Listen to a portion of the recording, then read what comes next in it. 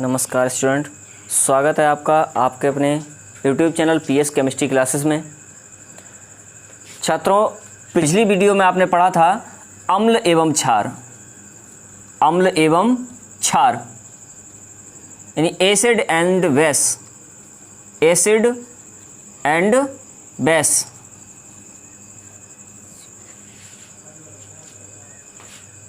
अम्ल और क्षार, अम्ल वे पदार्थ होते हैं जो स्वाद में खट्टे होते हैं और क्षार वे पदार्थ होते हैं जो तीखे या कसैले होते हैं। अब छात्रों, अम्ल और क्षार के बाद ये देखते हैं आगे एक टॉपिक है लवण। लवण, साल्ट। साल्ट क्या है? अम्ल क्षार तो आपने पढ़ लिए थे। अम्ल वे पदार्थ होते हैं जो स्वाद में खट्टे होते हैं, क्षार वे पदार्थ होते हैं जो तीखे या कसैले होते हैं। अब इसमें लवण क्या है? तो छात्रों, आज इस टॉपिक में पढ़ते हैं लवण, साल्ट्स यानी लवण। लवण क्या होते हैं? अब छात्रों, अम्ल और क्षार दोनों हैं। अम्ल और क्षार दोनों तीव्र अभिक्रिया करते हैं। यदि अम्ल और क्षार को आपस में मिला दिया जाता है तो बहुत तीव्र अभिक्रिया होती है, अत्यंत तीव्र अभिक्रिया होती है। तो छात्रों, अम्ल और क्षार जब अभिक्रिया करते हैं तो इनकी अभिक्रिया करने के बाद जो पदार्थ बनता है वो लवण कहलाता है और इस अभिक्रिया को कहते हैं उदासीनीकरण अभिक्रिया। छात्रों, अम्ल और क्षार जब अभिक्रिया करते हैं तो लवण बनता है। छात्रों, लवण को परिभाषित करेंगे तो कैसे करेंगे? अम्ल और क्षार की परस्पर अभिक्रिया से प्राप्त आयनिक ठोस लवण कहलाता है। परिभाषा नोट कर लेते हैं छात्रों। लवण क्या है? अम्ल एवं क्षार की परस्पर अभिक्रिया से प्राप्त आयनिक ठोस लवण कहलाता है। अम्ल एवं क्षार की परस्पर अभिक्रिया से प्राप्त आयनिक ठोस लवण कहलाता है। तो छात्रों, अम्ल और क्षार जब आपस में अभिक्रिया करते हैं तो इसमें लवण और जल का निर्माण होता है। लवण और जल का निर्माण होता है, अथवा इसे दूसरा लिख सकते हैं, अम्ल एवं क्षार की उदासीनीकरण ऊष्मा की अभिक्रिया करेंगे। उदासीनीकरण अभिक्रिया से लवण एवं जल का निर्माण होता है। अर्थात जब अम्ल और क्षार आपस में अभिक्रिया करते हैं तो इसमें लवण बनता है और जल बनता है। तो ये पदार्थ कहलाते हैं लवण। कौन से? अम्ल और क्षार की अभिक्रिया से जो आयनिक ठोस पदार्थ प्राप्त होते हैं वो लवण कहलाते हैं। एक एग्जांपल में देख लेते, जैसे NaCl है। NaCl यानी जिसे बोलते हैं सोडियम क्लोराइड या साधारण नमक, ये लवण है। दूसरा है KCl। KCl कहलाता है पोटेशियम क्लोराइड, ठीक है, ये भी लवण है। अन्य कई ऐसे पदार्थ हैं जो लवण कहलाते हैं। अब उदासीनीकरण ऊष्मा क्या, उदासीनीकरण अभिक्रिया क्या है, इसे समझने के लिए आप देखते हैं, जैसे माना कि एक अम्ल है HCl है हाइड्रोक्लोरिक अम्ल, और इसकी अभिक्रिया करा देते हैं किसी क्षार से, जैसे सोडियम हाइड्रोक्साइड क्षार है। जो हाइड्रोक्लोरिक अम्ल है ये प्रबल अम्ल है और सोडियम हाइड्रोक्साइड है ये प्रबल क्षार है। ये दोनों जब आपस में अभिक्रिया करते हैं तो यहाँ देखो, यहाँ से Cl और यहाँ से Na, यानी जो HCl है और NaOH है, ये सबसे पहली बात HCl और NaOH अभिक्रिया कैसे करते हैं उसे समझें। जब HCl और NaOH को मिलाया जाता है तो जो H होता है ये धनायन में टूट जाता है, H बन जाता है पॉजिटिव और प्लस इसमें Cl बन जाता है निगेटिव। H हाइड्रोजन जो होता है, हाइड्रोजन का परमाणु, ये पॉजिटिव में टूट जाता है, धनायन में टूट जाता है, और Cl जो है ये ऋणायन में टूट जाता है। प्लस यहाँ से जो Na है, Na धनायन में टूट जाता है और प्लस OH ऋणायन में टूट जाता है। ये होता है। सबसे पहले ये आयनों में टूटते हैं। कोई भी पदार्थ जब अभिक्रिया करता है तो अभिक्रिया करने के लिए वो पदार्थ पहले आयन में टूटता है। उस पदार्थ से सबसे पहले आयन बनते हैं और आयन बनने के बाद वो पदार्थ जो होता है तब अभिक्रिया करता है। अब यहाँ आयन बन गए, इसका धनायन HCl था, HCl का धनायन बन गया H का और Cl का ऋणायन बन गया। NaOH था, इसमें Na का धनायन बन गया, OH का ऋणायन बन गया। अब यहाँ से क्या है, इसका धनायन और इसका ऋणायन आपस में मिल जाते हैं और इनका जो ये HCl था इसका ऋणायन और NaOH है इसका धनायन आपस में मिल जाते हैं। ये अभिक्रिया कर लेते हैं तो इसका ऋणायन और इसका धनायन मिलेंगे तो यहाँ धनायन में Na है तो ये हो गया Na और यहाँ पर है Cl HCl से तो Cl यहाँ जुड़ गया तो ये बन गया NaCl प्लस यहाँ से H धनायन है और OH ऋणायन है तो यहाँ से H धनायन और यहाँ से OH ऋणायन। अब H और OH मिलकर के बना देता है H2O यानी जल, यहाँ बन जाता है जल H2O। तो ये अभिक्रिया हो जाती है। अब ये अभिक्रिया हो गई, इसमें HCl और NaOH की जब अभिक्रिया हुई तो इसमें सब पहले धनायन जुटे, फिर यहाँ से Na और यहाँ से Cl मिलकर के NaCl बन गया और यहाँ से H और OH मिलकर के H2O बन गया। यानी अभिक्रिया जो HCl और NaOH की हुई थी इसमें बन गया NaCl प्लस H2O। अब इसमें क्या है, इसमें परिभाषा थी आपकी अम्ल एवं क्षार की उदासीनीकरण अभिक्रिया से लवण एवं जल का निर्माण होता है। तो देखो अम्ल और क्षार की आपस में अभिक्रिया हुई, इसमें ये बन गया लवण, ये यहाँ है अम्ल, हाइड्रोक्लोरिक अम्ल है, अम्ल है और यहाँ पर ये सोडियम हाइड्रोक्साइड है, ये है क्षार, ये सोडियम हाइड्रोक्साइड है, इसे क्षार बोलते हैं, ये क्षार होता है।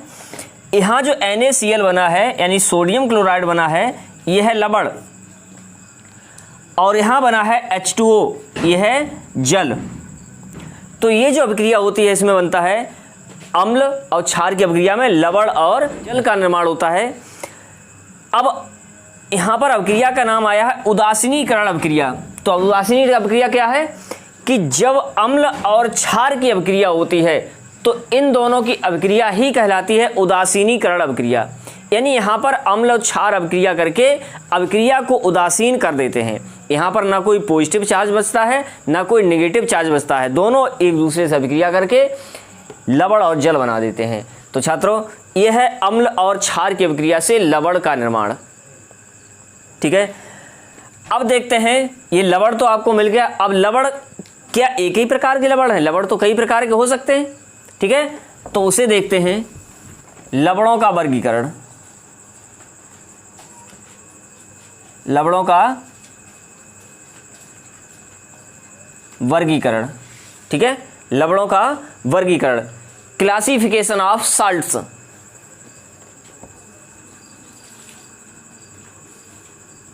क्लासिफिकेशन ऑफ साल्ट्स, लवणों का वर्गीकरण, क्लासिफिकेशन ऑफ साल्ट्स। अब देखते हैं लवण कितने प्रकार के होते हैं, वो देखते हैं। सबसे पहले नंबर 1 है सामान्य लवण, नंबर 2 है अम्लीय लवण, नंबर 3 है क्षारीय लवण या क्षार की लवण, नंबर 4 मिश्रित लवण और नंबर 5 है द्विक लवण, नंबर 6 है संकर लवण। तो ये है लवणों का वर्गीकरण, ये होते हैं लवण। अब इसमें देखें सामान्य लवण या इसे कहते हैं नॉर्मल साल्ट्स। सामान्य लवण, अब एक एक करके परिभाषा सभी की समझते चलें, यही है मुख्य करके लवणों का वर्गीकरण। इसमें प्रत्येक चीज़ समझते चलें क्या है और एग्जाम्पल सही समझते चलें। ये एग्जाम्पल लिखे हुए हैं, अभी हम समझा रहे हैं। तो सामान्य लवण जो होते हैं इसे नॉर्मल साल्ट कहते हैं। नॉर्मल साल्ट वे साल्ट होते हैं जिनमें H पॉजिटिव मतलब H पर धनायन चार्ज होता है, धनावेश होता है, H पॉजिटिव या OH नेगेटिव नहीं होते हैं, H पॉजिटिव या OH नेगेटिव नहीं होते हैं, तो ये लवण कहलाते हैं सामान्य लवण। कौन से? वे लवण जिनमें हाइड्रोजन का धनायन और हाइड्रोक्सिल आयन नहीं होता है, वे लवण कहलाते हैं सामान्य लवण। जैसे NaCl है, NaCl में ना तो H है ना OH है। KCl है, KCl में भी H पॉजिटिव OH नेगेटिव नहीं है। KNO3 है, KNO3 में भी H पॉजिटिव या OH नेगेटिव नहीं है। तो ऐसे लवण कहलाते हैं सामान्य लवण या नॉर्मल साल्ट। कौन से?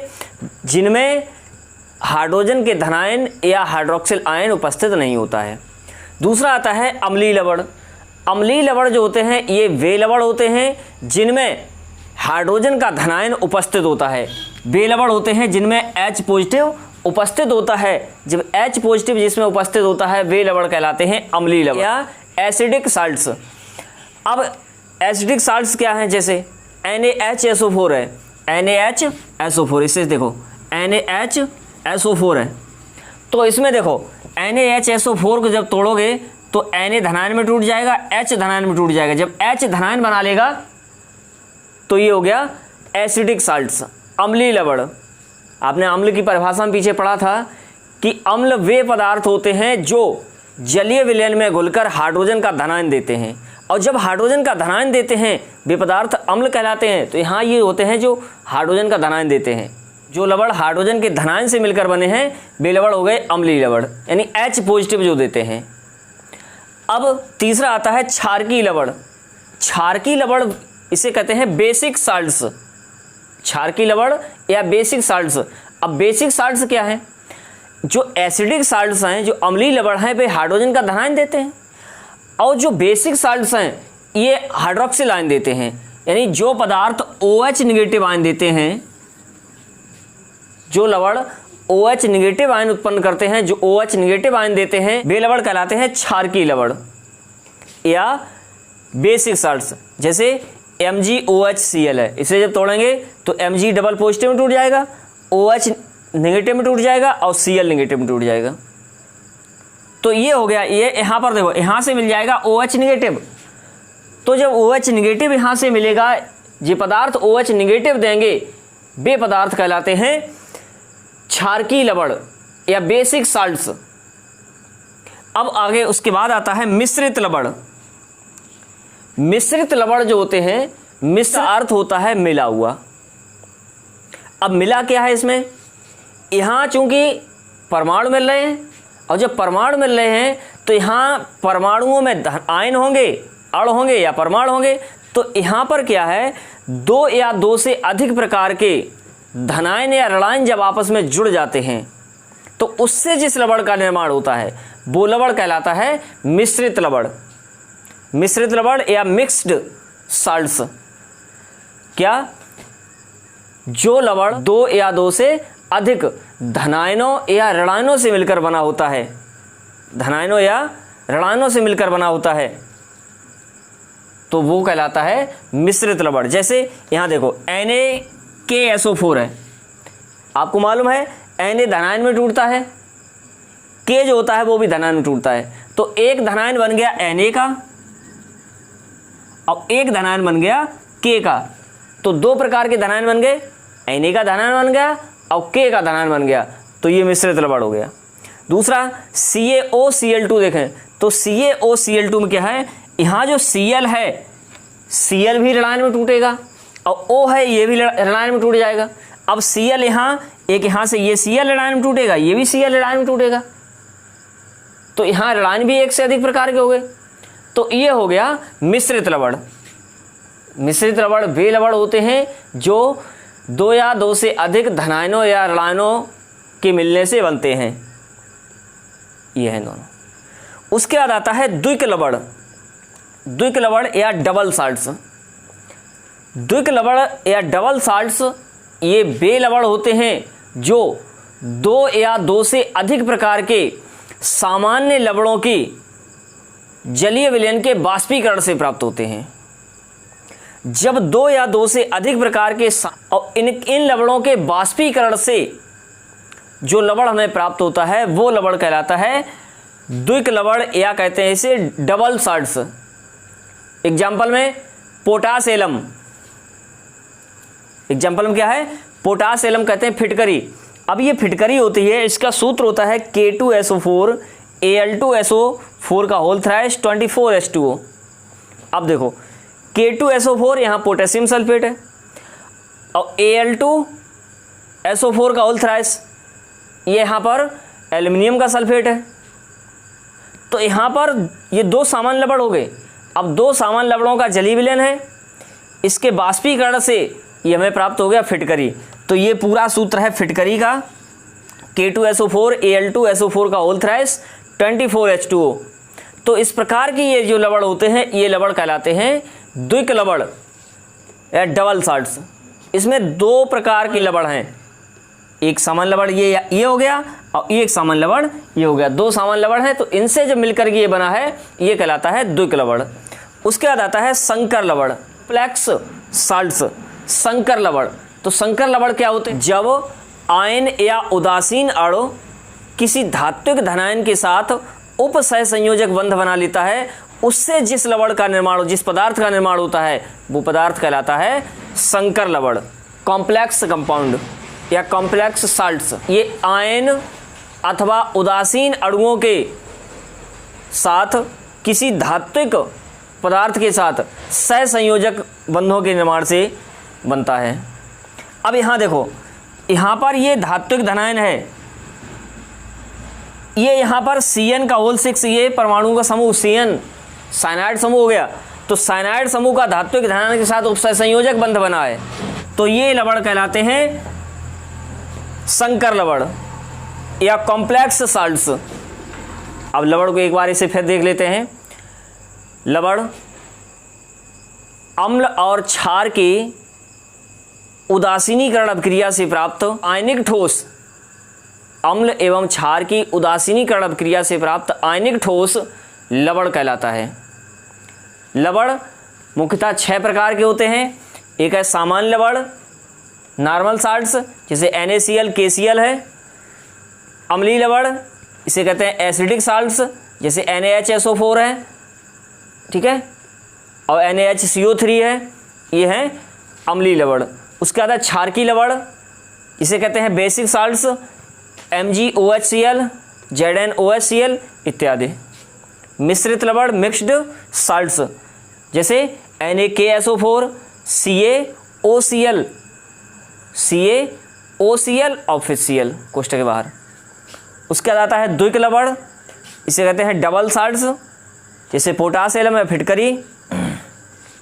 उसके बाद है संकर लवण, इसे कहते हैं कॉम्प्लेक्स साल्ट्स, इसे कहते हैं, यह पोटेशियम फेरोसाइनाइड, पोटेशियम फेरोसाइनाइड होता है, K4FeCN का होल 6 ये होता है। ये जो होता है ये संकर लवण होता है। तो ये है जो होते हैं वो 6 प्रकार के होते हैं।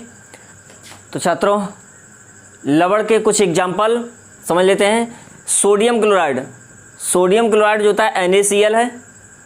NaCl ये एक लवण होता है।